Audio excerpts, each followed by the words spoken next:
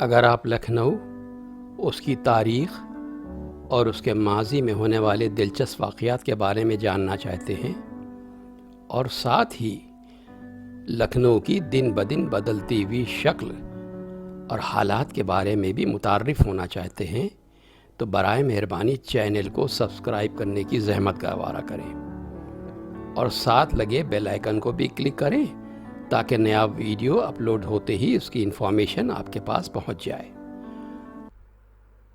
جب پرانے دور کی بات کی جائے تو کسی شہر کا ماحول نظر قرطاس کرنے کے لیے واقعہ نگار کا یہ بھی فرض ہے کہ وہ اہالیان شہر کی مذہبی، تمدنی اور معاشرتی زندگی پر بحث کرے۔ لکھنؤ میں پہلی آبادی اس غیر مسلم طبقے کی تھی جس کی جاگیر صدیوں سے یہ زمین تھی اور جس پر وہ بلا شرکت غیر قابض تھے۔ مسلمان اپنی سفری زندگی میں ادھر سے گزرتے رہے۔ دور مغلیہ میں یہاں مسلم صوبیدار کا انتظام ہوا۔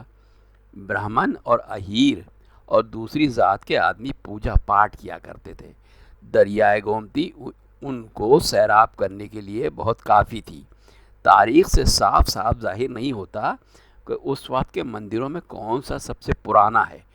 بڑی کالی جی کا مندر عہد آصفی کے پہلے یا بعد کی عمارت ہے، مگر تاریخ میں کہیں اس کا ذکر نہیں ملتا کہ کس سن میں اس کی بنیاد قائم ہوئی۔ بدھیشور گوتم بدھ سے نامزد پرانا مندر سعادت گنج سے آگے واقع ہے، مگر اس کا بھی ذکر کہیں نہیں ملا کہ کب کے یہ آثار ہیں۔ اس طرح مسجدوں میں سمجھا جاتا ہے کہ ٹیلے کی مسجد سب سے پرانی عمارت ہے، مگر یہ صحیح ہے کہ نہیں یہ نہیں پتہ۔ پہلی مسجد ٹھٹیری ٹولہ میں ہے جو زمانے شاہ عالم میں 1187 ہجری کی بنیاد ہے۔ شاہ عبد الرحمن جنہوں نے اپنی روحانیت سے نوابی دور میں کافی لوگوں کو فائدہ پہنچایا، اسی مسجد کے پڑوس میں سپرد خاک ہوئے اور ان کا مزار آج تک وہاں موجود ہے۔ اس مسجد کے پچھواڑے کیننگ اسٹریٹ ہے اور اس مسجد کا ذکر آگے آئے گا۔ اب اس دور میں کون سا سکہ اور پیسہ چلتا تھا یہ بھی جان لیجئے۔ انگریزی راج سے پہلے موٹے پیسے شہر میں چلتے تھے جو نئے پیسے کے دگنے تھے۔ ان پر کوئی ٹھپا نہ تھا اور 3 موٹے پیسے دے کر 2 انگریزی پیسے ملتے تھے۔ انگریزی سکے کا روپیہ 16 آنے یا 16 گنڈا کا تھا اور انگریزی روپے کی 24 گنڈے یا 24 آنے قدیم یعنی 96 موٹے پیسے ہوا کرتے تھے۔ اس طرح ایک انگریزی پیسے کے 2 دھیلے ہوا کرتے تھے، لیکن دھیلا کئی کوڑیوں کا ہوتا تھا۔ اس میں بھی اختلاف تھا کہ اگلا حساب موٹے دھیلے اور موٹی دمڑی اور موٹی ادھی، جس کی تفصیل میں کافی طول ہو جائے گا، اس لیے اس کو چھوڑتے ہوئے یہ بتانا ہے کہ انگریزی پیسے کی 64 کوڑیاں ہوتی تھیں۔ اس حساب سے 4 کوڑی کا 1 گنڈا، 2 گنڈے کا 1 ادھی، 2 ادھی کی 1 دمڑی، 2 دمڑیوں کا 1 دھیلا اور 2 دھیلوں کا 1 پیسہ۔ دھیلا آدھا پیسہ اور دمڑی 1/4 اور آدھی 1/8 تھی۔ 2 پیسوں کو ٹکا یا ادھنا کہتے تھے۔ پیسہ خالص تانبے کا تھا اور کوڑی سیپ کی طرح پانی کا وہ جانور ہے جو زرد و سفید مختلف رنگوں کی دریا سے نکلتے تھے اور حکیم نسخے میں منجن میں خر مہرا کے نام سے یاد کرتے ہیں۔ اور لکھنؤ کی تاریخ کے بارے میں یہ بیان 1857 کی غدر کے بعد کا ہے، یعنی فوراً بعد کے کیا حالات تھے وہ بتانے کی کوشش کی جا رہی ہے۔ اور ابھی تو آپ کو بتایا کہ کون سا سکہ چلتا تھا بازار میں اور انگریزوں کے دور میں کیا تبدیلیاں ہوئیں۔ 1857 عیسوی کی غدر میں یہ خوبصورت شہر جس کو آباد کرنے میں 8 بادشاہ ایک کے بعد دوسرا کوشش کرتا رہا۔ میٹینیئرز، گورو یعنی انگریزوں کے سپاہی اور بلوائیوں کے ہاتھوں خوب لوٹا، اور دریا کے کنارے کی زیادہ سے زیادہ خوبصورت عمارتیں گرا دی گئی۔ بلوے میں جو گورے ہندوستانیوں کے ہاتھ سے مارے گئے تھے، ان کے جوش انتقام میں شاہی عمارتوں کی اینٹ سے اینٹ بجا دی گئی۔ آصفی امام باڑہ اور کچھ امام باڑے اس لیے باقی رہے کہ اس میں انگریزوں نے اپنا قلعہ بنا لیا تھا، ورنہ یہ بھی نہ بچتے۔ سرکاری عمارتیں شاذ و نادر باقی رہیں۔ رئیسوں کے اور رعایا کے سر بلند مکان، ڈیوڑیاں، غربا کے بے شمار مکانات جو کشت خون کی زد میں نہ تھے، ان رؤسا کی کوٹھیاں باقی رہیں جنہوں نے اپنی رحم دلی اور سیاست سے انگریزوں کو بچایا اور چھپایا تھا۔ وہی انگریزی راج میں خطابات اور شرکت دربار کی عزت سے سرفراز ہوئے۔ غدر کے بعد شہر کی آبادی ایک طرف امبر گنج سے حیدر گنج تک اور دوسری طرف گومتی کے کناروں کو چھوڑ کر پورا پچھم مصاحب گنج سے نرہی تک اور اتر دکن امام باڑہ آصفی سے شروع ہو کر دو گاوے کے پل تک رہ گئی۔ چار باغ میں ویرانی چھا گئی، جہاں دن کو سور چرتے تھے، اور ایش باغ میں بندروں کی کھان تھی۔ اور لکھنؤ کی کچھ خاص دلچسپ باتوں کا ذکر کچھ اس طرح ہے۔ لکھنؤ کے باغے ہمیشہ سے مشہور تھے، اور یہ بہت زبردست مضمون ہے، اس پہ بہت کچھ کہا اور لکھا جا سکتا ہے، اور اس پہ بہت سی میگزینز میں اور رسالوں میں کافی بحثیں بھی ہو چکی ہیں۔ اس لیے یہ بتانا ضروری ہے کہ یہ سخن پرور لوگوں کا ایک گروہ تھا، جن کا قول پابند عمل تھا، جو کہتے تھے وہی کرتے تھے۔ ذرا میں مزاج کا پارا چڑھ جاتا تھا، تلواریں کھینچنا ان کے لیے معمولی بات تھی۔ سر پر پٹے رکھتے تھے یا زلفیں، اور اس کا راز یہ بتاتے تھے کہ اگر قتل ہو جائیں تو قاتل کان پکڑ کر سر نہ اٹھائے، اور بال ہاتھ میں لے کر سر اٹھائے۔ گھیتلا جوتا پہنتے تھے، اس لیے پہنتے تھے کہ بھاگ نہ سکیں اور دشمن کو پیٹھ نہ دکھائیں۔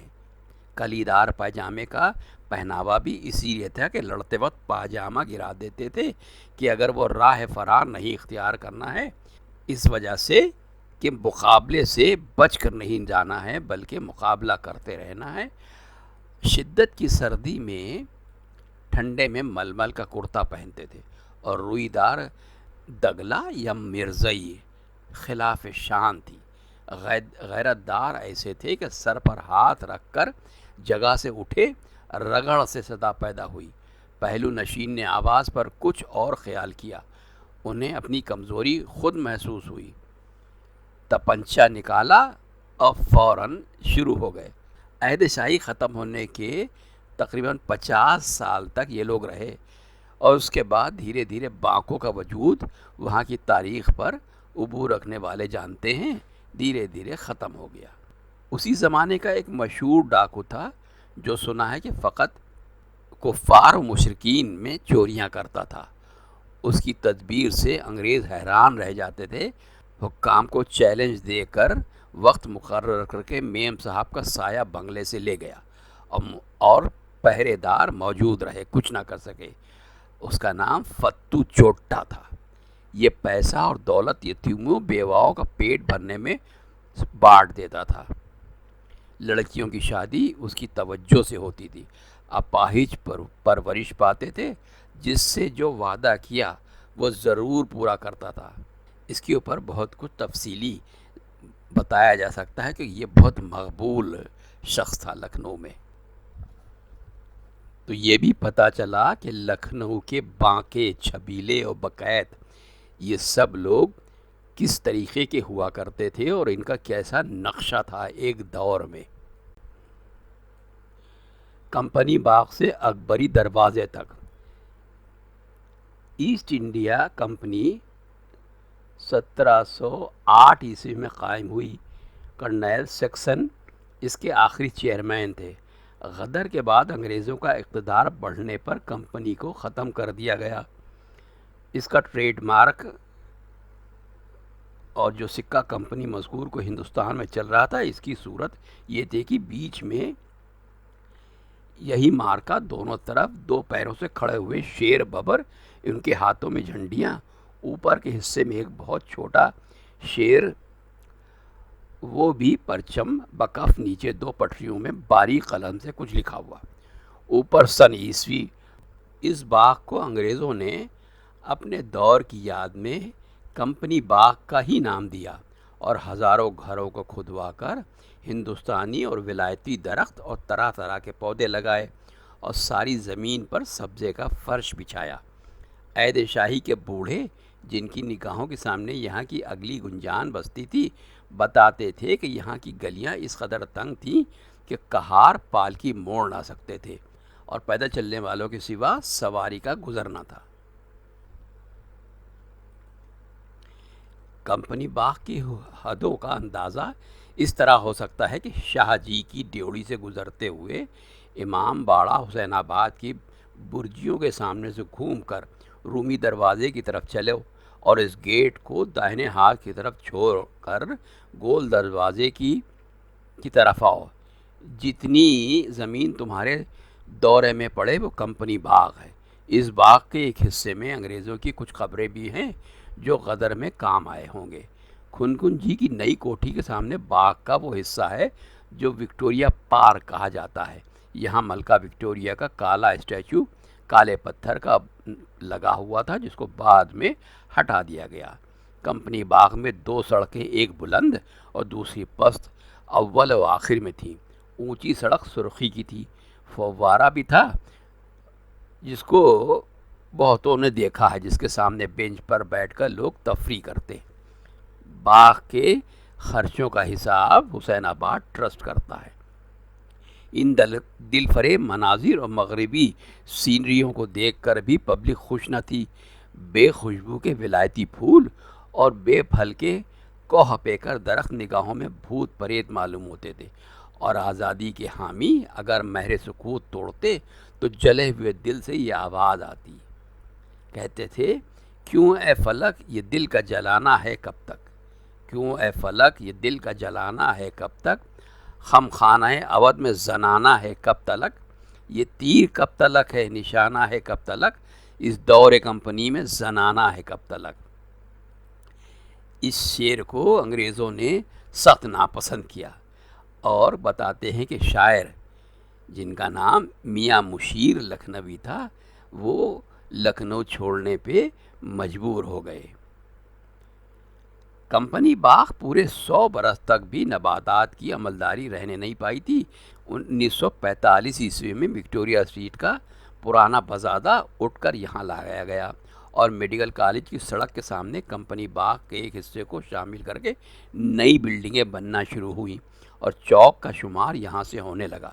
پھر تقسیم ہند ہوئی، اور کمپنی باغ کے دوسرے حصے میں، جو حسین آباد سے نزدیک تھا، ہجرت کرنے والوں کے لیے کوارٹر بنے، اور کچھ کم 100 برس کے بعد پھر ویران زمین پر انسانوں کی بستی دکھائی دی، اور اب ریفیوجی کالونی کی سہولت کے لیے پرائمری اسکول، پنچکی، بازار، دکانیں، پانی کے نل، بجلی کی روشنی، نیا محلہ سا نظر آ رہا ہے۔ یہ وہی زمین ہے جس پر سبزہ مدتوں تنہائی میں کروٹیں لیتا رہا تھا۔